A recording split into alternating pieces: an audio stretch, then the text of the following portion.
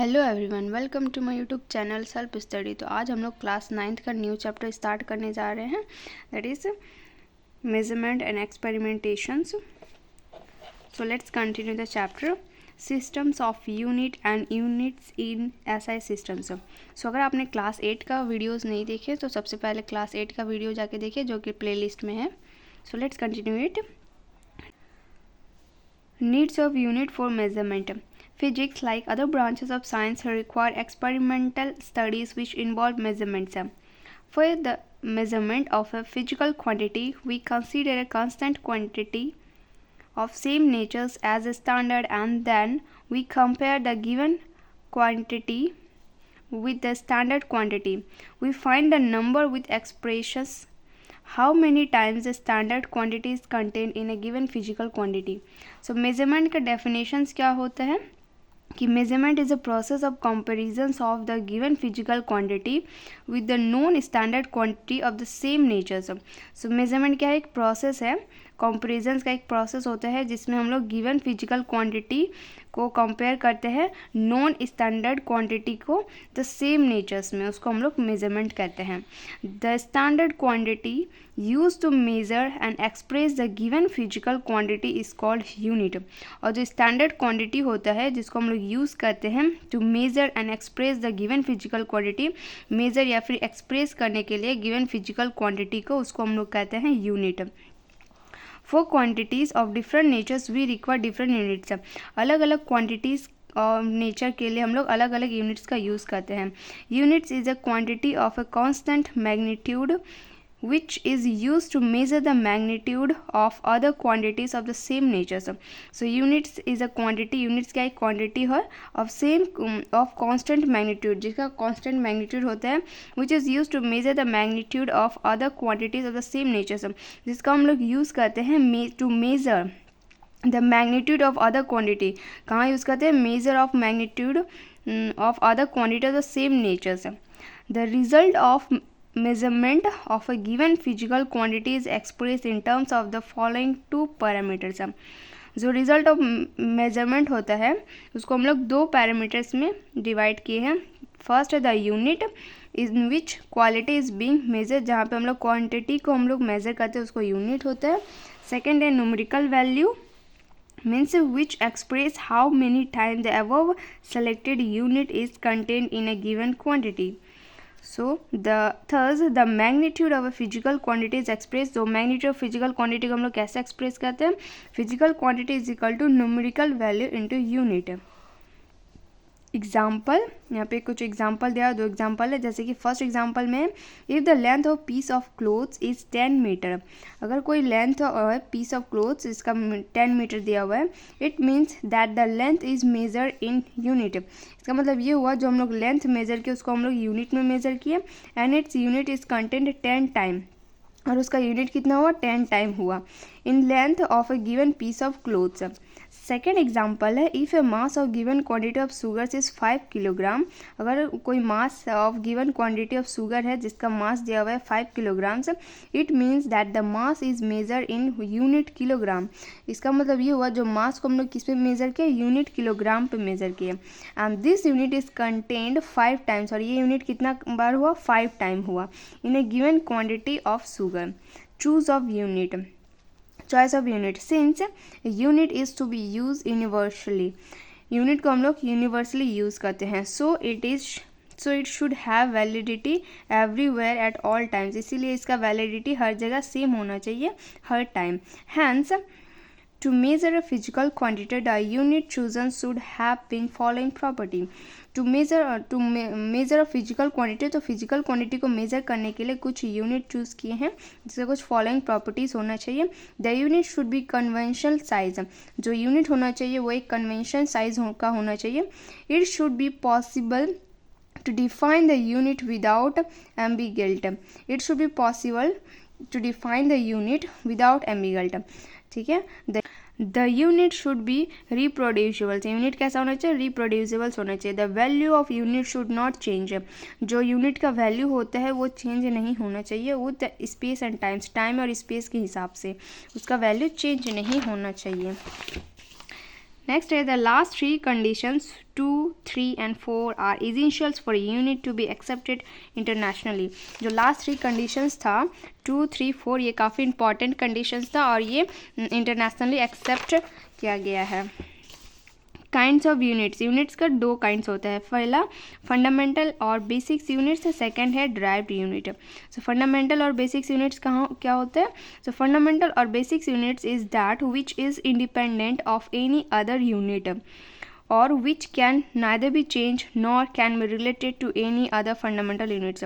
So fundamental या फिर basics units ऐसा यूनिट होता है जो कि इंडिपेंडेंट होता है अदर यूनिट से और उसको हम लोग ना चेंज कर सकते ना वो चेंज होता है, nor can related to any other unit, ना ही वो दूसरे यूनिट के साथ रिलेटेड करता है, उसको हम लोग कहते हैं fundamental unit. Example the unit of mass, length, time, temperature, current and amount of substance are independent of each other.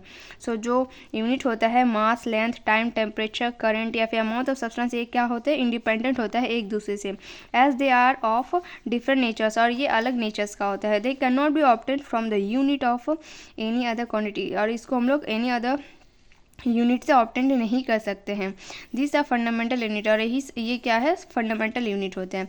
Derived unit कैसा होता है? So derived unit are those which depend on the fundamental unit और which can be expressed in a term of the fundamental unit. So ऐसा unit जो fundamental unit से बना हो उसको हम लोग ड्राइव्ड यूनिट कहते हैं, या फिर जो फंडामेंटल यूनिट से एक्सप्रेस किया गया हो उसको हम लोग फंडामेंटल ड्राइव्ड यूनिट कहते हैं. For example for the measurement of area, जब हम लोग एरिया को मेज़र करते हैं तो we need to measure length breadth in the unit of length and then express area in unit which is length into breadth और length square. So जब हम लोग एरिया को मेज़र करते हैं तो तब हम लोग को क्या मेज़र करना पड़ता है? लेंथ और ब्रीथ को मेज़र करना पड़ता है इन यूनिट ऑफ लेंथ के हिसाब से. तो जब हम लोग एरिया लिखते हैं तो कैसा लिखते हैं? लेंथ स्क्वायर लिखते हैं. तो ये क्या हो गया? फंडामेंटल यूनिट से लिया गया है.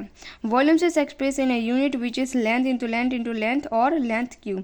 सो वॉल्यूम को हम लोग कैसे लिखते हैं? Length cube. ये भी एक फंडामेंटल यूनिट से लिया गया है. And so one.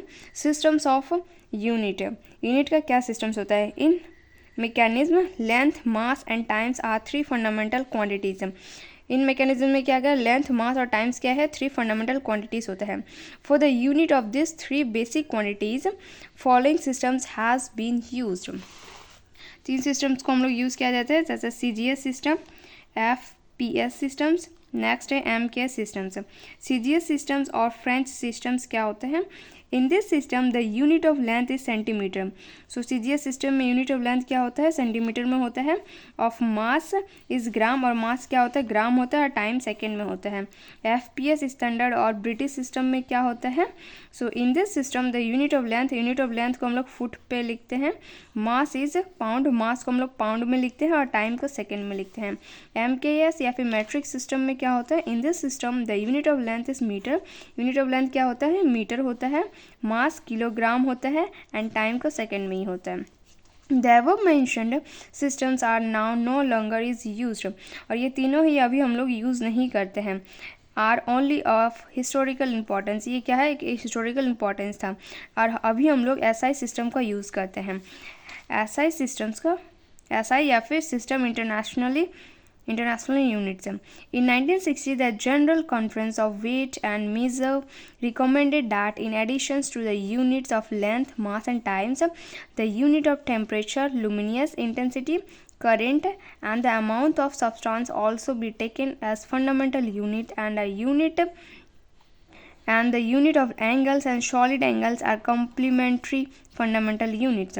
So 1916 में क्या हुआ था कि जनरल कॉन्फ्रेंस हुआ था. वेट एंड मेजरमेंट रिकमेंडेटेड क्या क्या? That additions to the unit of length, mass and times, जो यूनिट ऑफ टेम्परेचर्स होता है, luminous intensity, current and the amount of substance, इसको हम लोग फंडामेंटल यूनिट पे रखेंगे. And the unit of angle and solid angle are complementary fundamental units. और जो यूनिट ऑफ एंगल और सॉलिड एंगल है ये भी एक फंडामेंटल यूनिट में आएगा. सो नाउ डेज अभी क्या होगा? 7 फंडामेंटल यूनिट्स हो गया और 2 कम्प्लीमेंट्री फंडामेंटल यूनिट्स हैं. जैसे कि SI systems of the following tables, जैसे कि यहाँ पर दिया हुआ है. 7 फंडामेंटल यूनिट। लेंथ का हम लोग मीटर में लिखते हैं, सिंबल एम होते हैं। मास को हम लोग किलोग्राम में लिखते हैं, सिंबल केजी होते हैं। टाइम को हम लोग सेकेंड में लिखते हैं, सिंबल एस होता है। टेम्परेचर को केल्विन में लिखते हैं, सिंबल के होता है। लुमिनियस इंटेंसिटी कैंडेला का CD होता है। इलेक्ट्रिक करंट का यूनिट एम्पर होता है, symbol A, capital A. Amount of substance mole, यानी कि सिंबल हम लोग उसको मोल यूज़ करते हैं। और दो क्या है, कॉम्प्लीमेंट्री फंडामेंटल्स। एंगल रेडियन में लिखते हैं RD, सॉलिड एंगल स्टीरेडियन में लिखते हैं STRD। हो गया। Unit use of prefix with a units, हम लोग यूज़ करते हैं प्रीफिक्स का यूनिट्स में। For expressing large measurement we use deca, hecto, kilo etcetera. Large measurement को हम लोग कैसे एक्सप्रेस करते हैं, तो क्या यूज़ करते हैं, डेका, हेक्टो या फिर किलो का यूज़ करते हैं। S prefix with the unit, S prefix के तौर पर यूनिट में हम लोग यूज़ करते हैं। The symbol and the meaning of each prefix are given below. So deca का हम लोग DA 10⁻1, hecto H 10⁻2, kilo K 10⁻3, mega M, capital M 10⁻6, जीजा G 10⁻9, Terra T 10⁻12, Petta P 10⁻15, exa E 10⁻18, zeta Z 10⁻21, and iota Y, that is 10⁻24. So the various small measurement are expressed by using prefix deci, centi, milli, micro etc. और जो छोटा quantity होता है उसको हम लोग कैसे यूज़ करते हैं, कौन सा प्रीफिक्स यूज़ करते हैं, डेसी, सेंटी, मिली या फिर माइक्रो का यूज़ करते हैं। जैसे कि deci capital D 10⁻1, centi C 10⁻2, milli M 10⁻3, micro mu 10⁻6, nano N 10⁻9, pico P या फिर mu 10⁻12, femto F 10⁻15, atto A 10⁻18, zepto Z 10⁻21, yocto Y 10⁻24। तो unit of length, next topic है यूनिट ऑफ लेंथ। ऐसा units of length क्या होता है, metre होता है। So a metres was originally defined in 1889। तो मीटर को हम लोग ओरिजिनली कब डिफाइन किए थे, 1889 में। As the distance between 2 marks down on the platinum iridium. So distance between 2 mark downs on platinum iridiums के तब क्या गया था, तो ये उतना इम्पॉर्टेंट नहीं है। नेक्स्ट है सब यूनिट्स ऑफ मीटर। मीटर का भी कुछ सब यूनिट होता है, जैसे कि मिलीमीटर, जैसे कि centimetre, millimetre, micro, mu and nanometre. तो centimetre, 1 centimetre is 100 part of a metre. So 1 centimetre is equal to 1/100 metre और 10⁻2 मीटर। मिलीमीटर को हम लोग mm लिखते हैं। 1 millimetre is 1000 part of a metres. 1 mm is equal to 1/1000 metres और 10⁻3 metres. 1 micrometres और micron का क्या होता है, it is 1 millionth 10⁻6 part of a meters. It is expressed by the symbol mu. It is also called micrometers. Nanometers, it is 1 billionth 10⁻9th part of a meters. Multiply unit of meters for the measurement of large length. जब हम लोग large length का measurement करते हैं, meter is considered as too small unit. तो metre को हम लोग क्या करते हैं, स्मॉल यूनिट कंसिडर करते हैं। The most commonly use multiple units of metre is kilometre. जो मोस्ट कॉमनली यूज होता है as a unit of metre पे वो क्या होता है, किलोमीटर होता है। So kilometre, 1 kilometre is the 1000 multiple of metre. So 1 kilometre is equal to 1000 metre. Non metric units of length, जैसे कि bigger unit for the measurement of distance between 2 heavenly bodies, kilometres is consider too small. जब हम लोग 2 heavenly bodies का measure करते हैं तो kilometre क्या होता है, बहुत छोटा पड़ जाता है, इसीलिए दूसरा यूज़ करते हैं। द कॉमनली यूज यूनिट, उस टाइम जो कॉमनली यूज यूनिट होता है वो एस्ट्रोनॉमिकल यूनिट होता है, लाइट ईयर एंड पार्सेस होते हैं। एस्ट्रोनॉमिकल यूनिट्स यानी कि 1 astronomical units is equal to the mean distance between the earth and the sun. So the mean distance जब हम लोग निकालते हैं between the earth and the sun, तब हम लोग एस्ट्रोनॉमिकल यूनिट्स का यूज़ करते हैं।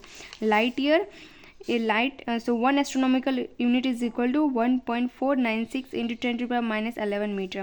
light year. A light year is a distance traveled by light in vacuum in 1 year. So light year क्या है? Distance traveled by light in vacuum में जो डिस्टेंस ट्रेवल करता है लाइट इन 1 ईयर में, उसको लाइट ईयर कहते हैं. 1 light year is equal to speed of light into time in 1 year. So 1 light year is equal to 9.46 into 10^12 kilometers. One passes is a distance from where the semi-major axis of orbit of Earth subtend an angle of 1 second. So 1 passes is equal to arc length by angle in radius. So 1 passes is equal to 3.26 passes. ठीक है. सो बस आपको इतना ही याद रखना है.